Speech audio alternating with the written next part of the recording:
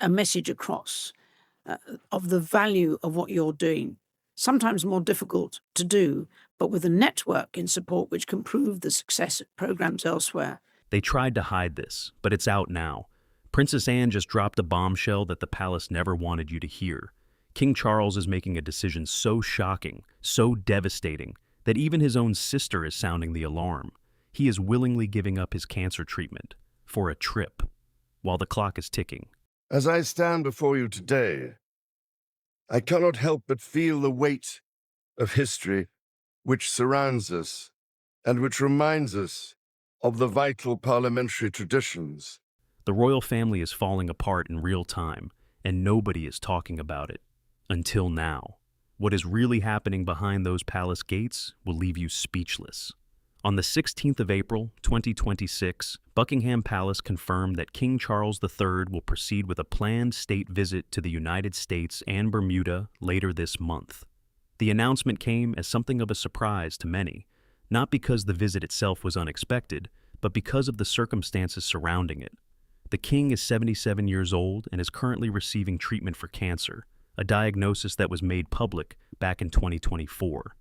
For a man in that position, committing to a transatlantic trip of this scale is, by any reasonable measure, an extraordinary decision.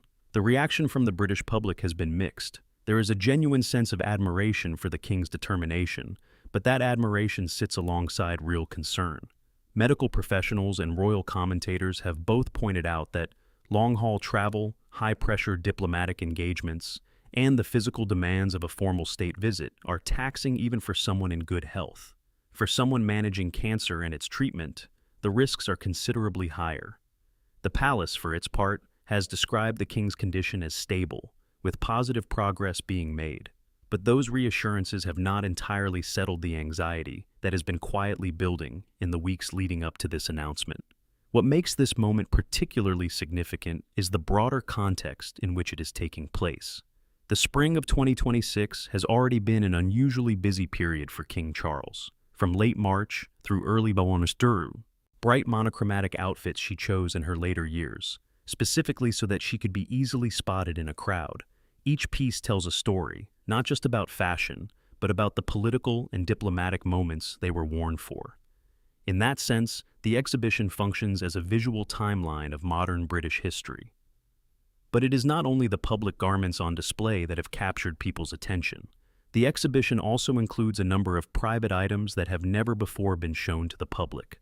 Among them are personal scarves, country tweeds worn during private visits to her estates, and handwritten notes in which the Queen recorded her thoughts on particular outfits and style choices. These items offer a different kind of insight. They move past the formal, composed image of a head of state and into something more intimate and human. People who attended a private preview of the exhibition have described the experience as genuinely moving, and several noted that King Charles himself became visibly emotional during the event. At one point during that preview, the king spoke about his mother in a way that caught those present off guard. He reflected on her sense of duty, on the sheer length of her service, and on the standard she set, a standard that Charles has described as both an inspiration and an enormous weight to carry. He also shared a lighter memory, one that has since been widely repeated. He recalled how his mother had a particular love for the ABBA song Dancing Queen, and how hearing it would bring out a side of her that the public rarely got to see. It is a small detail, but it landed with people precisely because it was so unexpected. It humanized her in a way that no formal portrait or official biography quite manages to do. This personal dimension to the Centenary commemorations matters, because it helps explain why King Charles has pushed himself so hard during this period. For him, getting these tributes right is not simply a matter of protocol. It is something he appears to feel a genuine obligation toward, a son's duty as much as a king's. However, the concern around his health has not gone away simply because the exhibition has been warmly received. If anything, the pace at which the king has been working in recent weeks has added to it. Sources familiar with the palace's internal planning have indicated that Charles has been heavily involved in the final preparations for the Centenary projects right up until the last moment, working at a level of intensity that has raised questions about whether he is managing his energy reserves responsibly given his condition. There is also the matter of a particular piece of information that has been circulating in both medical and diplomatic circles. Reports have emerged suggesting that King Charles is considering temporarily pausing his cancer treatment ahead of the state visit. The reasoning, according to these reports, is straightforward. The treatment itself takes a physical toll, and the king and his medical team may have concluded that arriving in Washington and Hamilton in the best possible shape requires a short break from the regimen. Medical experts who have commented on this possibility have been careful to note that such a decision, while not unheard of in certain circumstances, carries real risks. Pausing cancer treatment, even briefly, is not something taken lightly, and the suggestion that it might be done for the purposes of a diplomatic schedule has added a sharper edge to the public conversation about the king's health. The palace has not officially confirmed these reports, but the fact that they are circulating at all and that they have not been firmly denied has kept the topic alive in the press and among the public. One moment that drew particular attention and fed into the wider sense of unease was the absence of a live televised address from the king around the time of the exhibition's opening. Many had expected some form of direct broadcast, a moment where the king could speak to the country and offer visible reassurance that he was well enough to be seen and heard in real time. What the palace provided instead was a pre-recorded audio message. The decision was not explained in detail, and while there may be entirely routine reasons behind it, the absence of a live visual appearance gave people something to speculate about. In the current climate, where the king's health is already the subject of daily discussion, even small decisions like this carry a weight they might not otherwise have. It is worth noting that King Charles has, by the standards of the British royal family, been unusually candid about his illness. When his diagnosis was made public in 2024, it broke with a long tradition of the palace keeping medical matters closely guarded. Charles made a deliberate choice to be open about what he was going through, partly, it has been suggested, out of a desire to connect with the many people across the country who are dealing with cancer themselves. That transparency has been widely appreciated, but it has also meant that the public has a clearer sense of the reality of his situation than they might have had in previous eras, and that clarity brings its own kind of worry. What is clear, looking at the full picture of the past few weeks, is that this is a man who is working through a genuinely difficult set of circumstances with a clear sense of purpose. Whether one sees the state visit as a courageous act of duty or a gamble with his health probably depends on where you sit. But few people, on either side of that debate, would dispute that King Charles III is approaching this chapter of his reign with a seriousness and a personal investment that goes beyond what the role formally requires of him. The coming weeks, beginning with his departure for the United States, will be watched closely, both for what they mean diplomatically and for what they reveal about the health of the man at the center of it all. Alongside the public narrative of state visits and centenary exhibitions, a quieter but perhaps more consequential story has been unfolding within the walls of the palace. The internal dynamics of the British royal family have been shifting in ways that are becoming increasingly difficult to ignore, and the direction of that shift is now fairly clear. King Charles III appears to have made a series of deliberate decisions about the future of the monarchy. Decisions that speak not just to who will eventually sit on the throne, but to what kind of institution the crown will be when that moment arrives. The most immediate and visible sign of this shift came in the form of a refusal. When Prince Harry made a recent visit to the United Kingdom, the king declined to meet with him. On the surface, this might have been interpreted as another chapter in the ongoing and well-documented tension between the Sussex branch of the family and the rest of the royals. But sources familiar with the palace's internal workings have indicated that the decision was made on medical grounds rather than personal ones. The king's advisors have reportedly put in place what has been described as a stress-free protocol, a structured approach to managing his schedule and his emotional environment designed to protect his health during an already demanding period. A meeting with Prince Harry, given everything that surrounds that relationship, was assessed as carrying too high an emotional cost at this particular moment. That explanation, if accurate, tells you something important about where things stand. It means that the tension between Charles and his younger son has reached a point where even a brief encounter is considered a potential health risk for the king. That is a significant state of affairs, and it reflects just how deep and unresolved the divisions within the family remain. But it also points to something broader. The king is not simply managing a family dispute. He is, by the accounts of those around him, actively protecting his remaining energy for the things he considers most important, and a reconciliation with the Sussexes does not appear to be among them. This brings us to what many observers are now describing as the central project of King Charles's reign in its current phase. Over the past several months, and with increasing clarity in recent weeks, the king has been articulating a vision for the monarchy that places Prince William and Catherine, the Princess of Wales, firmly at the center of its future. This is not simply the natural order of succession playing out as expected. It is something more deliberate and more emotionally charged than that. Charles has been speaking about his son and daughter-in-law in terms that go well beyond the conventional language of royal transition. He has been, in effect, building a public case for why they are ready, and in doing so, he has been drawing a line between the generation he represents and the one he is handing over to. His praise for Prince William has been notably specific. In private gatherings and in remarks that have filtered out through those close to the king, Charles has spoken about his son's intellectual sharpness and his capacity for strategic thinking. He has described William as someone who is able to look past the immediate pressures of a situation and focus on what is best for the crown in the long run. This kind of clarity, Charles has suggested, is exactly what a modern monarch needs.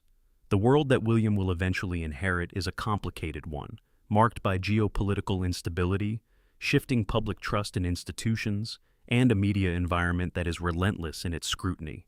Navigating all of that requires a particular kind of mind, and the king appears genuinely convinced that his son has it.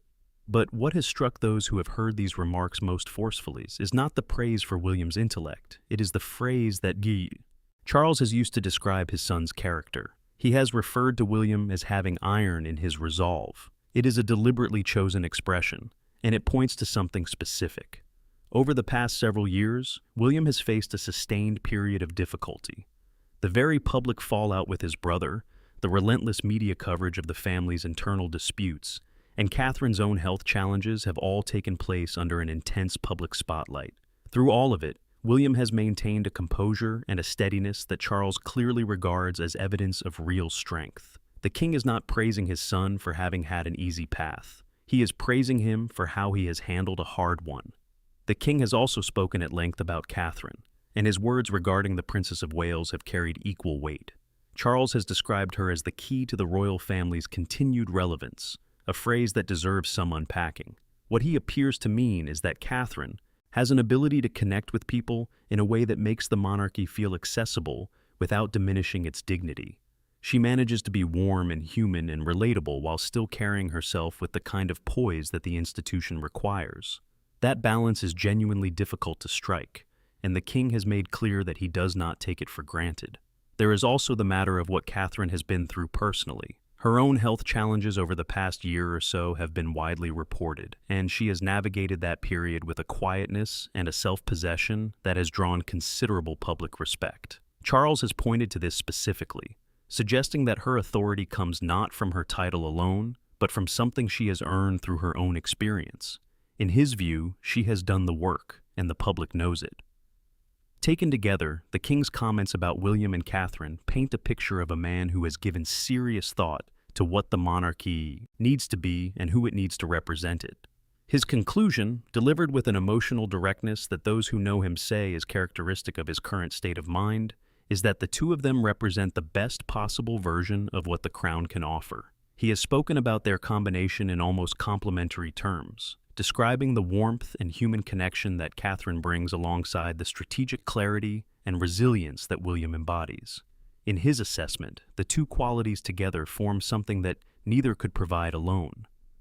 One of the more telling aspects of this transition is not what has been said, but what has been left out. In his recent statements about the future of the monarchy, King Charles has made no mention of Queen Camilla.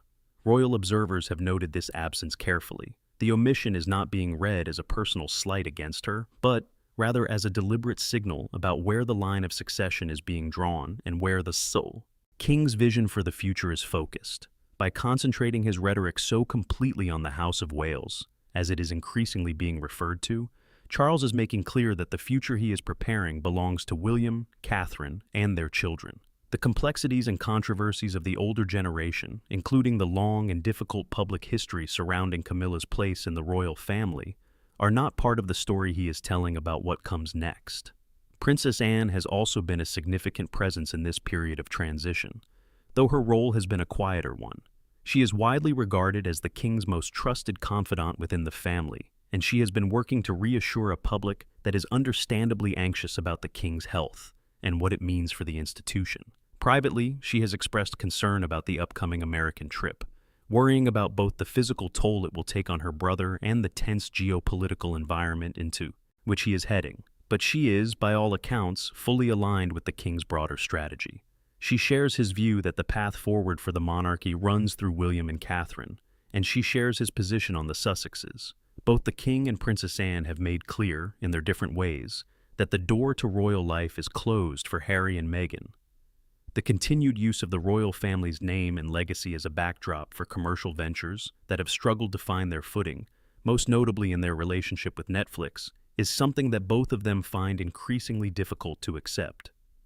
What is emerging from all of this is a picture of a king who, despite the very real pressures on his health and his time, has been thinking carefully and deliberately about the shape of what he is leaving behind. The transition to William and Catherine is not being treated as an inevitable event to be managed when the moment comes. It is being actively prepared for, with care and with genuine emotional investment. For King Charles, this is not simply about handing over the crown. It is about making sure that the institution he has served and the legacy he has inherited from his mother are passed on in the strongest possible condition to the people he believes are most capable of carrying them forward. The exhibition at Buckingham Palace has become something of an unexpected focal point in what has otherwise been a period of considerable anxiety surrounding the monarchy. Queen Elizabeth II, her life and style open to considerable public interest, drawing attention not just for the remarkable collection it contains, but for what it represents in the context of the current moment. This is a son honoring his mother, yes, but it is also a reigning king using the occasion of a centenary to say something about continuity, about the thread that runs from the past through the present and into the future. That dual purpose gives the exhibition a weight that goes beyond what you might expect from a display of historic clothing. The collection itself is extraordinary by any measure. More than 300 garments are on display, spanning the entirety of Queen Elizabeth II's 70-year reign. The earliest pieces take you back to the early 1950s, to the moment when a young woman stepped out into a role of almost incomprehensible responsibility, and chose to meet it dressed with a formality and a precision that left no room for doubt about who she was and what she represented. The 1953 coronation gown is perhaps the most iconic piece in the collection, a heavily embroidered creation that took months to produce and was designed to carry the visual weight of centuries of tradition. Standing in front of it, visitors have reported, is a genuinely affecting experience. It is one thing to have seen photographs of it. It is another to be in the same room. As the collection moves forward through the decades, the garments tell a story that is as much about diplomacy and public communication as it is about personal taste. Queen Elizabeth II understood instinctively that her appearance was a tool, one that could be used to send signals, to honor her hosts on state visits, to reflect the colors and symbols of the nations she was engaging with. The choices were rarely arbitrary. Behind many of the outfits on display, there are stories of careful consideration and deliberate intent. The exhibition does a good job of drawing these connections out, placing the garments in their historical context, and helping visitors understand not just what was worn, but why.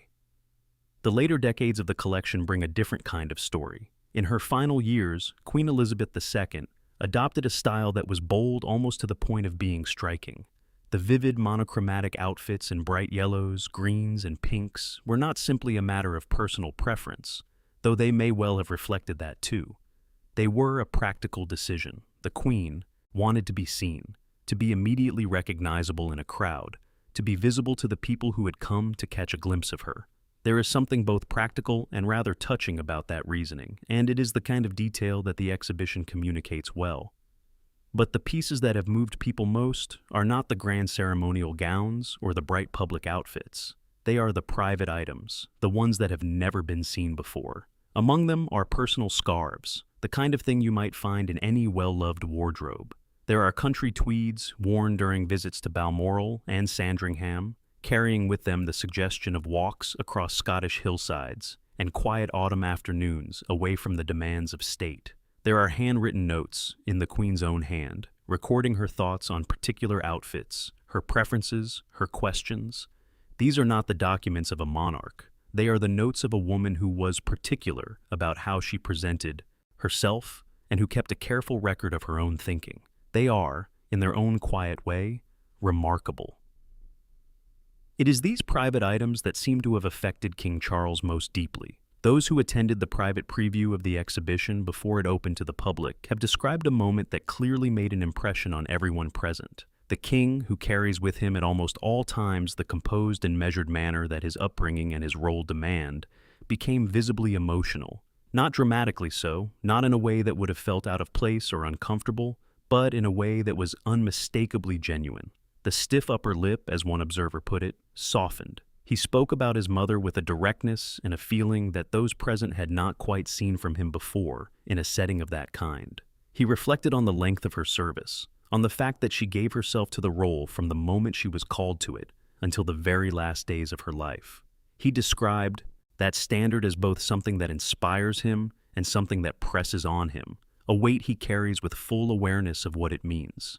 He spoke about the period from 1952 to 2022, 70 years of continuous, unwavering public duty, and he did so in a way that made clear he has thought about it deeply and personally, not just as a historical fact, but as something that has shaped his own understanding of what the crown requires. And then he shared the story about Dancing Queen. It was a moment that caught people off guard, partly because of its lightness in the middle of what had been a reflective and somewhat solemn occasion, and partly because of what it revealed. The late Queen, by all public accounts, was a woman of enormous composure and formality. The image most people carry of her is one of dignified reserve. And yet, according to the king, the ABBA song had a particular effect on her. When she heard it, something shifted. She became, as Charles described it, a woman with a twinkle in her eye, momentarily released from the weight of everything she carried. It is such a specific and unexpected detail that it is difficult to hear it and not feel something. It makes her real in a way that no official portrait or state photograph ever quite manages. The king's willingness to share that memory says something about his approach to these commemorations. He is not simply curating a respectful tribute to a great public figure. He is trying to give people access to the human being behind the icon, to share something of what he knew and what he loved. There is a generosity in that, and it has not gone unnoticed. While the exhibition has been received warmly, it exists alongside a set of concerns that have not gone away. The king's health remains a constant presence in any conversation about this period, and the pace at which he has been working has done little to ease public worry. Reports from those familiar with the palace's planning suggest that Charles has been heavily involved in the final stages of the Centenary preparations right through late March and into early April, working at an intensity that has led some to question whether he is being careful enough with his limited reserves of energy. The concern is sharpened by a particular detail that has received considerable attention. The opening of the exhibition was expected by many to be accompanied by a live televised address from the king, a direct broadcast in which he would appear on screen, speak to the country, and offer people a real-time reassurance of his well-being. What the palace provided instead was a pre-recorded audio message. The decision was not publicly explained, and in the absence of an explanation, speculation has filled the gap. The most common reading is that the king is conserving himself, holding back what energy he has for the upcoming state visit to the United States and Bermuda, rather than spending it on domestic appearances. That reading may well be correct. It is consistent with what is known about the palace's current approach to managing the king's schedule. It is also consistent with the reports, which have not been officially confirmed but have not been firmly denied either, that Charles may be considering a temporary pause in his cancer treatment ahead of the American trip. The logic, reportedly, is that the treatment itself is physically demanding, and arriving in Washington in the strongest possible condition may require stepping back from it briefly. Medical professionals who have spoken about this possibility in general terms have been careful to note that pausing cancer treatment is never a straightforward decision, and that doing so for the purposes of a diplomatic engagement represents a significant personal risk. The king's candor about his illness has been one of the more unusual features of his reign so far. The British royal family has historically kept medical matters very private, and the decision to go public with the cancer diagnosis in 2024 broke with a long-established tradition. Charles made that choice deliberately, and the reason most often given is that he wanted to connect with the people across the country who are living with cancer themselves, to use his own experience to reduce the sense of isolation that often accompanies a diagnosis. That intention has been appreciated, but the openness has also meant that the public has a clearer picture of his situation than they might otherwise have had, and that picture carries its own kind of weight. What the exhibition, the emotional preview, the missing live broadcast, and the reports about treatment pauses all add up to is a portrait of a man who is carrying a great deal and pressing forward regardless. The centenary of his mother's birth has given him a purpose and a focus during a period that could easily have been defined entirely by illness and limitation. Instead, he has channeled his energy into something lasting, something that honors the past while also speaking to the present. That the effort has cost him something is not in doubt. Whether the cost is one he can afford to keep paying is the question that now hangs over everything else. When King Charles III boards his flight to the United States later this month, he will be doing so as a man who has spent the past several weeks putting his affairs in order, not in the private, personal sense of that phrase, though there is undoubtedly an element of that too, but in the institutional sense. The monarch who departs for Washington and Bermuda is not the same figure who ascended to the throne in the immediate aftermath of his mother's death in September 2022. He is someone who has lived through a difficult and at times painful reign, who has faced his own mortality with a degree of openness that is almost without precedent in the history of the British royal family, and who has arrived, by his own account, at a place of genuine clarity about what matters and what does not. The state visit to the United States carries a significance that goes well beyond the standard diplomatic choreography of bilateral meetings, formal dinners, and carefully worded joint statements.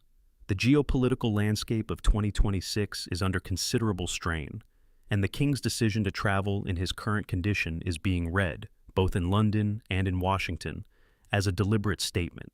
It says that the British monarchy remains a functioning and committed instrument of soft power, that the special relationship between the United Kingdom and the United States is worth showing up for regardless of personal cost, and that the man wearing the crown intends to honor his responsibilities until he is no longer physically capable of doing so. Those are not small messages, and the fact that they are being delivered by someone in the middle of cancer treatment gives them a weight they might not otherwise carry. Princess Anne has been one of the most vocal members of the family in expressing concern about the trip. Those close to her describe a woman who is genuinely worried about her brother, who understands perhaps better than anyone outside the medical team what this journey will demand of him, and who has nonetheless concluded that opposing it would be pointless. The king has made up his mind, and Anne knows him well enough to understand that once that is the case, the conversation is effectively over. Her role, as it has been throughout this period, has been to support him publicly while managing her private anxieties as best she can. She has described the trip, in terms that have filtered through to those reporting on the family, as a heroic undertaking, but she has not hidden the fact that heroism and wisdom do not always point in the same direction. Her concern is not limited to the physical demands of the journey itself. The geopolitical context adds its own layer of complexity. The world in 2026 is not a straightforward place for a British monarch to be conducting diplomacy, and the meetings that Charles will be undertaking in Washington involve conversations that carry real stakes for the relationship between the two countries. Anne is aware of all of this, and it adds to rather than diminishes her unease. But she stands behind her brother, as she has done throughout his reign, and she shares his view that the visit is necessary. There is another dimension to this American trip that has received considerable attention, one that sits alongside the formal diplomatic purpose and gives the visit an additional layer of meaning. For several years now, Prince Harry and Meghan, the Duke and Duchess of Sussex, have been based in the United States. They have built a life there, developed commercial relationships, and on a number of occasions have used their proximity to the American media landscape to speak about the royal family in ways that have caused considerable discomfort in London. The relationship with Netflix in particular has been the subject of significant scrutiny, with the projects produced under that arrangement drawing heavily on the Sussex connection to the British Crown, while simultaneously being critical of the institution itself. King Charles's visit to the United States is expected to serve, among its other purposes, as a clear and unambiguous restatement of where the official royal presence in America resides. By appearing on American soil as the reigning head of state, engaging with political leaders and the public in his formal capacity, Charles is drawing a line. The royal brand, to use a term that sits slightly uncomfortably alongside the ancient traditions of the monarchy, but that captures something real about how these things work in the modern world, belongs to the crown and its official representatives. It is not something that can be borrowed or invoked at a distance by those who chose to step away from it. The king's position on the Sussexes has hardened over the course of his reign, and the approach he has adopted in recent months reflects that. In his public statements about the future of the monarchy, in his speeches and his reflections on what comes next, Harry and Meghan are simply absent. They are not addressed, not referenced, not included in any vision of what the crown will look like in the years ahead. This is not accidental. It is a considered strategy, and those around the king are clear that it reflects his settled view. The door to a return to royal life, in any meaningful sense, is closed. The period during which the family might have hoped for some form of reconciliation that brought the Sussexes back into the fold has passed. What remains is a boundary, drawn quietly but firmly, that the king does not intend to revisit. Princess Anne shares this position entirely. She has been particularly direct, in private, about her view that the use of the royal family's legacy as a backdrop for commercial ventures that have struggled to deliver on their initial promise is something that cannot continue to be tolerated. The frustration on this point, among the senior members of the family who have remained committed to the institution and its demands, is genuine and has been building for some time. Against this backdrop, the elevation of Prince William and Catherine to what amounts to a position of co-leadership of the monarchy in its day-to-day domestic operations has taken on an additional significance. While the king is in America, William and Catherine will be holding the fort in London, appearing at engagements, representing the crown, and doing so with an authority that has been deliberately and publicly conferred upon them by Charles himself. This is not simply a practical arrangement born of necessity. It is the visible expression of a transition that the king has been preparing for and articulating with increasing clarity over recent months. The contrast that Charles has drawn, in his speeches and his private remarks, between the House of Wales and the Sussex branch of the family could hardly be more stark. On one side, a couple who have remained within the institution, who have done the work, who have navigated their own considerable difficulties with a steadiness and a public commitment that has earned them genuine respect. On the other, a couple who left, who have built their public identity around their distance from the crown, and whose commercial endeavors have leaned heavily on the very association they chose to step away from. The king does not spell this contrast out explicitly. He does not need to. The architecture of his recent statements does it for him. The legacy that King Charles III is in the process of establishing will be shaped by several things. It will be shaped by the Centenary exhibition, by the emotional and deeply personal tribute he has paid to his mother and to the standard she set. It will be shaped by his decision to be open about his illness, to speak candidly about what he is going through in a way that no British monarch has done before, and to use that openness to connect with people rather than to seek their sympathy. It will be shaped by the state visit to the United States, by the image of a king who chose to show up on the world stage, even when the personal cost of doing so was high. And it will be shaped, perhaps most significantly, by the deliberate and careful way in which he has prepared the ground for William and Catherine to lead. He has described this preparation as his final greatest act of service, and it is a phrase that seems to mean something real to him rather than simply functioning as a piece of polished rhetoric. The king has thought seriously about what it means to serve an institution rather than simply to occupy a position within it, and he has concluded that the most important service he can render at this point in his reign is to ensure that what comes after him is stronger than what he inherited. Whether that assessment is correct, whether the transition to William and Catherine will unfold as cleanly and as successfully as Charles hopes and believes, is something that only time will tell. But the intention behind it is clear, and the effort that has gone into it is not in doubt. As the king prepares to cross the Atlantic, there is among those who have been watching this period closely a sense that something is being concluded, not ended necessarily, but brought to a point of completion. The work of honoring the past has been done through the Centenary commemorations. The work of stabilizing the present has been done through the king's transparency about his health and his continued fulfillment of his duties. and the work of securing the future has been done through the empowerment of the next generation. What remains is the journey itself, and whatever it brings. The world will be watching, with a mixture of admiration and concern that has come to characterize the public's relationship with this particular king as he makes his way toward the American horizon.